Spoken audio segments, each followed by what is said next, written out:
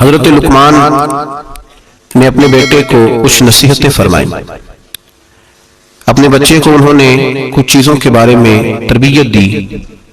اللہ تبارک و تعالیٰ کو ان کی وہ باتیں اور وہ انداز اتنا پسند آیا کہ رب نے اس کو قرآن مجید میں بیان فرما دیا. اور اللہ تبارک و تعالیٰ کا اس چیز کو قرآن مجید میں بیان کرنا اس بات کی دلیل ہے کہ اللہ تبارک و تعالیٰ کی یہ رضا ہے کہ مسلمان اپنے بچوں کی تربیت اسی انداز میں کریں، اسی انداز میں اپنے بچوں کی تربیت کریں. یہ عنوان اور یہ باتیں ماں اور باپ کو سیکھنی چاہیے، بلکہ ہمارے بعض بزرگ تو فرماتے ہیں کہ جس بیٹے اور بیٹی کا نکاح کرنے کا ارادہ ہو اس کو جہاں اور ان کی ضرورت کے مسائل سکھائے جائیں وہاں انہیں سورہ لقمان کی ان آیات کی ضرور ان تک پیغام پہنچایا جائے تاکہ انہیں پتہ ہو کہ کس نہج پر، کس بنیاد پر اور کس طریقے سے ہم نے اپنے بچوں کو اللہ تبارک و تعالیٰ کی رضا کے مطابق ڈھالا. انسان سب سے زیادہ مخلص اپنی اولاد کے ساتھ ہوتا ہے. اس پر علماء نے کلام کیا ہے کہ بچے بھی اپنے ماں باپ کے ساتھ اتنے مخلص ہوتے ہیں کہ نہیں. اس میں تو شک ہے، یہ ہو سکتا ہے بچے اپنے ماں باپ کے ساتھ اتنے مخلص نہ ہوں، لیکن یہ طے شدہ بات ہے کہ ماں باپ اپنی اولاد کے ساتھ وہ مخلص ہوتے ہیں، ان کا خلوص مکمل ہوتا ہے اپنے بچوں کے ساتھ. تو حضرت لقمان جب اپنے بچے کو نصیحت کر رہے تھے تو وہ ان باتوں کی طرف دلا رہے تھے جو وہ سمجھتے تھے کہ بڑی ہی ضروری ہیں، جن کی وجہ سے ان کا بچہ بڑی خیر پا جائے گا، مکمل کامیابی دنیا اور آخرت کی حاصل کر جائے گا. ہم اپنی اولاد سے مخلص ہوتے ہیں، ہمارا اپنی اولاد کے معاملے میں رویہ بڑا خوبصورت اور ہمارا دل اپنے بچوں کے بارے میں بڑا صاف ہوتا ہے. ہم چاہتے ہیں کہ ہماری اولاد شجر سایہ دار بنے، دنیا میں وقار حاصل کرے، روزی بھی اللہ تبارک و تعالیٰ شان والی عطا فرمائے، اللہ انہیں ہر لحاظ سے نواز دے. تو قرآن مجید ہمیں تربیت دیتا ہے، قرآن مجید ہمارے ذہنوں کی ذہن سازی فرماتا ہے کہ پھر تم اس طرح اپنے بچوں کو ڈھالو، اس انداز میں اپنی اولادوں کی تربیت کرو. سورہ لقمان کی جو آیہ کریمہ میں نے سب سے پہلے تلاوت کی وہ 13 نمبر آیت ہے. اللہ تبارک و تعالیٰ نے ارشاد فرمایا وَإِذْ قَالَ لُقْمَانُ لِابْنِهِ، جب حضرت لقمان نے اپنے بیٹے سے کہا وَهُوَ يَعِظُهُ، اور وہ اپنے بیٹے کو نصیحت کر رہے تھے. سب سے پہلے انداز کے اختیار فرمایا یا بنیہ، اے میرے بیٹے. لفظوں میں حسن دیکھیے، اے میرے. ہمیں جب اپنی اولاد سے ناراضگی ہوتی ہے تو ہم ایک خطبہ پڑھتے ہیں، اس خطبے میں اپنی نیکیاں اور اولاد کی نالائکیاں گنواتے ہیں، سمجھانے کا انداز اختیار نہیں کرتے جاہو جلال میں. اور بعض اوقات معاذ اللہ تعالیٰ کچھ ایسے بھی لوگ ہوتے ہیں جو گالی بھی دیتے ہیں، سخت سست بھی کہتے ہیں، لفظوں کی حرمت کا پاس نہیں کرتے، اور وہ خطبہ وہ آدھے گھنٹے کا ہو، 25 منٹ کا ہو، وہ دیکھ کے ہم نکل جاتے ہیں ہمیں بڑا ستایا ہے تم نے. لیکن ہم کسی موقع پر بھی اس پھول کو جڑی بوٹی سے علیحدہ کرنے کی کوشش نہیں کرتے. ہم جو انداز ہونا چاہیے وہ انداز ہم اختیار. کب ایسا ہوا ہے کہ ہم نے بچے کو بلایا ہو، اس کو اپنی شفقت کی چادر کے نیچے بٹھایا ہو، پھر اس کو ہم نے نصیحت کی ہو؟ اور اگر ہم کبھی نصیحت کرتے بھی ہیں تو وہ دنیا داری کی نصیحت ہے، وہ مال دولت جمع کرنے کی نصیحت ہے، وہ زمانے میں اونچا مقام پانے کی نصیحت ہے. حضرت لقمان اپنے بیٹے کو نصیحت کرتے ہیں تو کہتے ہیں یا بنیہ، او میرے بیٹے کا لفظ حسین جملہ. اللہ کے رسول صلی اللہ علیہ وسلم نے فرمایا اکرموا اولادکم، اپنی اولاد کی عزت کیا کرو. اپنی اولاد کی ذرا بول کے بتائیے گا، اولاد کی کس کی؟ کون عزت کرے؟ ماں باپ کس کی عزت کریں؟ بیٹا جی کہہ کے پکارو، میرا بیٹا کہہ کے پکارو، ان کو وقار دو، ان کو عزت دو. اولاد کے لیے تو خیر اصول ہے کہ اولاد عزت کرے گی، اس کے لیے تو کہہ دیا کہ ماں باپ جنت بھی ہیں تیری دوزخ بھی ہیں. لیکن ماں باپ کا بھی حکم ہے کہ بچوں کے لیے اعزاز کے جملے استعمال کرے. ہمہ وقت کا ڈانٹنا، ہمہ وقت کی تلخی یہ مناسب نہیں ہے. ان کے لیے عزت کے جملے استعمال کرے. یا بنیہ، اے میرے بیٹے. پہلا درس کہہ دیا، فرمایا لا تشرک باللہ، بیٹے اللہ کے ساتھ شرک نہ کرنا. کیوں؟ ان الشرک لظلم عظیم، بے شک شرک بہت بڑا ظلم ہے. سب سے پہلی نصیحت اپنی ذات کے لیے نہیں کی. ہم ساری زندگی جب بھی لیکچر دیتے ہیں یہی کہتے ہیں، ساری زندگی یہی کہتے رہتے ہیں میں نے سال گوا دیے، میں نے کاروبار کیے، میں نے دنیا چھوڑی، میں نے پردیس کاٹا تیرے بنگلے کے لیے، تیرے مکان کے لیے، تیری فلاں چیز کے لیے. یہ بھی تو بتائے نا کہ کوئی باپ اٹھ کے کہے کہ میں نے بڑا وقت دیا ہے تجھے اللہ سے جوڑنے کے لیے، تجھے رسول پاک کا غلام بنانے کے لیے، میں نے کئی دہائیاں بتا دی تجھے نبی پاک صلی اللہ علیہ وسلم کی غلامی سکھانے کے لیے. اس پر بھی تو کبھی کو باپ اپنی اولاد کو احساس دلائے.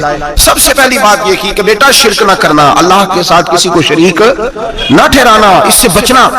آگے اگلا جو حضرت لقمان کا فرمان ہے وہ آیت نمبر 16 کے اندر ہے. یہاں شرک کی بات کی, میں تھوڑی اس کی تفصیل عرض کروں گا اپنی بساط کے مطابق, لیکن پہلے آیات سماعت کر لیجئے, ان کا سادہ ترجمہ سمجھ لیجئے تاکہ آپ کے حاشیہ خیال میں عنوان آ جائے. سب سے پہلے کہا شرک نہیں کرنا, پھر اس کے بعد کہا سورہ لقمان کی آیت نمبر 16 میں ارشاد فرمایا یا بنیا, اے میرے بیٹے, انہا ان تکون مثقال حبۃ من خردل, اے بیٹے اگر تو اتنی برائی بھی کرے جتنا کہ ایک رائی کا دانہ ہوتا ہے. رائی کا جو دانہ ہوتا ہے وہ چھاؤں میں رکھے تو نظر نہیں آتا, وہ سورج کی روشنی میں نظر آئے گا. اگر چھاؤں میں دیکھنا ہوگا تو آپ کو لائٹیں جلانی پڑے گی.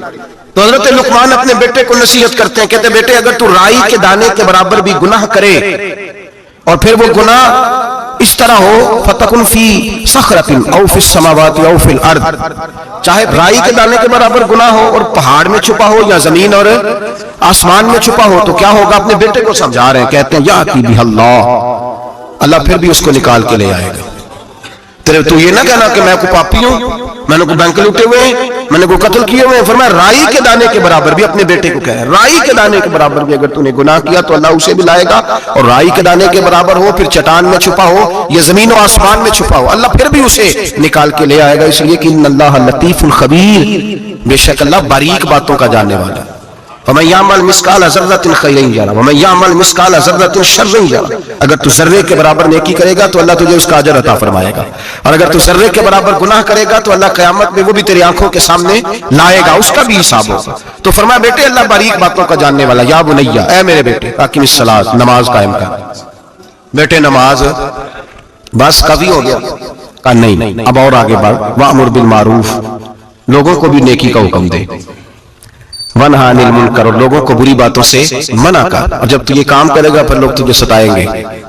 ہو ہی نہیں سکتا کوئی حق بات کرے اور لوگ اس پہ تن و تشنیع نہ کرے, یہ ہو ہی نہیں سکتا, یہ ممکن ہی نہیں. فرمایا جب تو نیکی کا حکم دے گا اور برائی سے روکے گا تو پھر کیا ہوگا؟ تیرے اوپر مصیبت آئے گی. اب تو نے کیا کرنا ہے؟ پھر تو نے اس آنے والی مصیبت پر صبر کرنا ہے. بے شک یہ بڑی ہمت کے کام ہے, یہ بڑی دنائی کا کام ہے, دلیری کا کام ہے, اتنا آسان ہے ہی نہیں. بڑے حوصلے کا کام ہے. جسے زندگی ہو پیاری وہ یہیں سے لوٹ جائے. میرے قافلے میں شامل کوئی کم ظرف نہیں ہے. یہ ہمت کا کام ہے, آسان ہے ہی نہیں. آگے کیا ارشاد فرمایا, بڑی میرا دل کرتا ہے بڑی توجہ سے سنیں ان آیات کو. بڑی آگے ترتیب کیا لگائی ہے حضرت جناب سیدنا لقمان. کیا کہتے ہیں؟ نماز پڑھ, دوسروں کو نیکی کا, برائی سے منع کر, اور یہ جب تیرے اوپر ان کاموں کی وجہ سے مصیبت آئے تو اس پر, اس لیے کہ یہ جو کام ہے نا عزم الامور, یہ بڑی ہمت کے کام ہے. بس کرو ابا جی. فرمایا نہیں اور بھی کچھ کر. کیا؟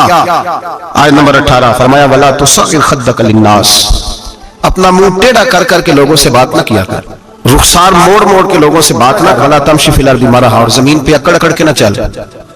ان اللہ لا يحب كل مختال فخور, بے شک اللہ کو اکڑنے والا, فخر کرنے والا پسند اللہ لا يحب, اللہ اس سے محبت ہی نہیں کرتا, اللہ رحمت ہی نہیں کرتا جو اکڑ اکڑ کے چلے.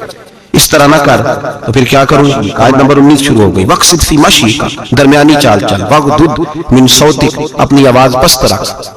اپنی آواز جو اعلیٰ ظرف ہوتے ہیں ہمیشہ جھک کے ملتے, صراحی سرنگوں ہو کر بھرا کرتی ہے پیمانے. اس طرح کر کے تو درمیانی چال چل اور اپنی آواز کو وَغْضُضْ مِنْ صَوْتِكَ, اپنی آواز کو پست رکھ. اس لیے کہ اِنَّ أَنْكَرَ الْأَصْوَاتِ لَصَوْتُ الْحَمِيرِ, اللہ کو جو آواز سب سے ناپسند ہے اور سب سے بری آواز ہے وہ گدھے کی آواز ہے. چلا چلا کے نہ چل. تو ضدی ہو گیا تب شور نہ کر. یہ تربیت ہے اپنی اولاد کو. سب سے پہلے ارشاد فرمایا جا رہا ہے کہ تو نے شرک نہیں کرنا. شرک بھی دو قسم کا ہے. ایک تو شرک وہ ہے کسی نے اللہ کی ذات میں شریک بنا لیا کہ یہ بھی ساتھ شریک ہے, اور ایک شرک اصغر ہے, ریاکاری, دکھلاوا. نماز اللہ کی پڑھنی, دکھانا بندوں کو. مسجد میں پیسے کس کی رضا کے لیے دینے ہیں؟ تو اعلان کرانے کا کیا مقصد ہے کہ ختم کے موقع پر سال ثواب کے موقع پہ کھڑے ہو کے اعلان ہوتا ہے 1 لاکھ قرآن پاک پڑھا گیا ہے, 10,000 درود شریف پڑھا گیا ہے, اور جو صاحب نے نا جی 50,000 روپیہ مسجد بھی دیا ہے. یہ شرک ہے, یہ شرک اصغر ہے. یہ میرے رسول پاک نے منع فرمایا ہے. صحیح بخاری میں لفظ ہے, نبی رحمت صلی اللہ علیہ وسلم شہدائے احد کے مزاروں پہ کھڑے تھے, تو وہاں کھڑے ہو کے اللہ کے رسول نے فرمایا میرے ذہن سے فکر نکل گئی ہے, میری امت قیامت تک شرک نہیں کرے گی. اب یہ مشرک نہیں ہوں گے، بت نہیں پوجیں گے، یہ دوسرے معبود نہیں بنائیں گے، تو حضور فکر کس بات کی ہے؟ فرمایا یہ ریاکاریاں کریں گے، دکھلاوے کریں گے، تصنع بناوٹ کریں گے، یہ اللہ کی عبادت میں اوروں کو شریک ٹھہرائے۔ میرے دوستو یاد رکھو، سب سے پہلا حکم حضرت لقمان اپنے بچے کو دے رہے ہیں اور بتا یہ رہے ہیں کہ بیٹے اللہ والا بن جا، بیٹے اللہ سے جڑ جا، شرک نہ کرنا، شرک بہت بڑا ظلم ہے۔ میرے بھائی سب نے مفسرین نے اپنی اپنی بات لکھی، میرے استاد گرامی یہاں فرمایا کرتے تھے بھائی اگر تو دنیا میں اپنے بیٹے کو دھوپ میں بیٹھا دیکھے تو تیرا دل پھٹ جاتا ہے، یہ دھوپ میں کیوں بیٹھا ہے، اس کو شرک سے بچا، شرک اکبر سے بھی بچا، اصغر سے بھی بچا، خفی اور جلی دونوں قسم کے شرک سے بچا۔ دنیا میں تیرا بیٹا دھوپ میں ہو تجھ سے برداشت نہیں ہوتا، بتا اگر تیرا بیٹا جہنم میں گیا تو تجھے کیسے برداشت ہوگا، آگ میں جلتا ہوا تجھے، اسے اللہ سے جوڑ دے، اسے رسول اللہ صلی اللہ علیہ وسلم کا غلام بنا دے۔ میرے نبی کریم سید عالم صلی اللہ علیہ وسلم نے فرمایا جب تیرا بیٹا 7 سال کا ہو جائے تو اسے مسجد لے کے جا، 3 سال تک لے کے جا مسجد، 10 سال کا نماز نہ پڑھے تو سزا دے، 3 سال تک خود اپنے ہاتھوں سے ٹریننگ دے، اسے مسجد لے جا، آداب مسجد بتا، اسے نماز سکھا، تو خود لے کر کے جا، بھیجنے کا نہیں کہا۔ فرمایا جب بچہ 7 سال کا ہو جائے تو اسے مسجد، بڑی محنت کرتے ہیں ہم بیٹے کو بنگلہ دینے کے لیے، بینک بیلنس دینے کے لیے، دن رات ایک کر دیتے ہیں، خدا را سے نمازی بنانے کی بھی محنت کرو۔ حضرت بابا فرید الدین گنج شکر رحمت اللہ تعالیٰ علیہ کی اماں کہتی ہیں جب میرا بیٹا پیدا ہونے والا تھا تو میں رب کی بارگاہ میں دعا کرتی تھی، اللہ اگر تو مجھے بیٹا دے تو اس طرح کا دینا بیٹا میرا ہو پر بندہ تیرا ہو، اے اللہ اگر بیٹا دینا تو اس طرح کا دینا، میرے اللہ اس طرح کی مجھے اولاد دینا کہ دودھ وہ میری چھاتی سے پیے پر شکر تیرا ادا کرے، اے اللہ اگر بیٹا دینا تو اس طرح کا دینا کہ قوت روٹی روزی وہ زمین پہ کھائے لیکن اسی زمین پر وہ تیرے دین کا سپاہی بھی بنے، وہ مجاہد فی سبیل اللہ بھی بنے۔ حضرت بابا صاحب کہتے ہیں مجھے شکر پسند تھی، اماں بڑے جتن کرتی ہے بیٹے کے لیے، بڑا کچھ کرتی ہے، اور بیٹے روٹی ٹائم پہ کھانا فلاں ٹائم، کہتے ہیں مجھے شکر پسند تھی، میری اماں سردیوں کے ٹھنڈے موسم میں اٹھ کے میرے لیے پانی بھی گرم کرتی، مصلی بھی بچھاتی، اور پھر ایک پڑیا شکر کی بنا کے میرے مصلی کے نیچے بھی رکھتی، کہتی بیٹا نماز پڑھے تو اللہ شکر دیتا ہے۔ آپ فرماتے ہیں میں روز نماز کی 5 نمازوں کے وقت مصلی اٹھاتا تو پڑیا شکر کی ملتی، سکول اور مدرسے کے میں اپنے کلاس فیلوں کو بھی کہتا نماز پڑھو بڑی پیاری شکر ملتی ہے، کہتے ہیں میں روز شکر کھاتا۔ ایک سویرے فجر کی نماز میں اماں نے وضو تو کرایا، مصلی بھی بچھایا، پر دیہات کی وہ سادی بی بی جس کا سارا کام ہی خلوص پہ مبنی تھا، جو آکسفورڈ سے پڑھی ہوئی تو نہیں تھی لیکن آداب ممتا اسے سارے آتے تھے، جو کسی یونیورسٹی کی سند یافتہ تو نہیں تھی لیکن بیٹے کے ساتھ کس طرح کا رویہ اختیار کرنا یہ سارا اسے پتا تھا۔ کہتے ہیں سادی اماں نے سارے کام کیے لیکن شکر رکھنا بھول گئی۔ بابا صاحب کہتے ہیں میں نماز پڑھنے لگا تو ماں نے یہ بھی بتایا تھا کہ نمازی کے آگے سے نہیں گزرتے، نمازی کے آگے نہیں ہوتے۔ اب اماں کہتی ہے میں مجبور ہوں، درس بھی میں نے دیا ہے، بھول گئی ہوں، اب شکر رکھنے جاؤں گی تو پردہ کھل جائے گا۔ ایک کونے میں لگ کے ماں روئی، بیٹے کی شفا کے لیے نہیں، بیٹے کی نوکری کے لیے نہیں، بیٹے کے اچھے مستقبل کے لیے نہیں، ماں روئی، آنسو بہے تو کہتی کیا ہے، اے اللہ میں اسے اپنے آگے جھکانے کو جتن تھوڑی کرتی تھی، تیرا بنانے کا جتن کرتی تھی، اے اللہ مہربانی فرما میری پردے داری کر، اگر راز کھل گیا تو میرا فرید نماز نہ چھوڑ جائے۔ بابا صاحب کہتے ہیں اماں تڑپتی رہی اور میں نے نماز پڑھ کے مصلی اٹھایا، پہلے پڑیا ہوتی تھی اب تو پورا دریا شکر کا بہ رہا ہے۔ فرماتے ہیں میں نے وہ اٹھائی شکر کھائی اور میں نے چیخ کے کہا جلدی آ، آج بڑی لذیذ ہے، آج شکر کوئی انوکھی ہے، اور آج تو کمال شکر دی ہے میرے اللہ نے، ایک پڑیا کی جگہ پورا دریا بہ رہا ہے۔ بابا صاحب رحمت اللہ علیہ فرماتے ہیں میری اماں آئی اور میری اماں نے بازو کھولے تو ماں کی ممتا ہی بتاتی ہے کہ اللہ کی رحمت کس طرح کی ہوتی ہے۔ کہتے ہیں میں نے اماں کے سینے سے لگا تو اماں رو کے کہنے لگی بیٹے پہلے میں شکر دیتی تھی، آج شکر بنانے والے نے شکر عطا فرمائی ہے۔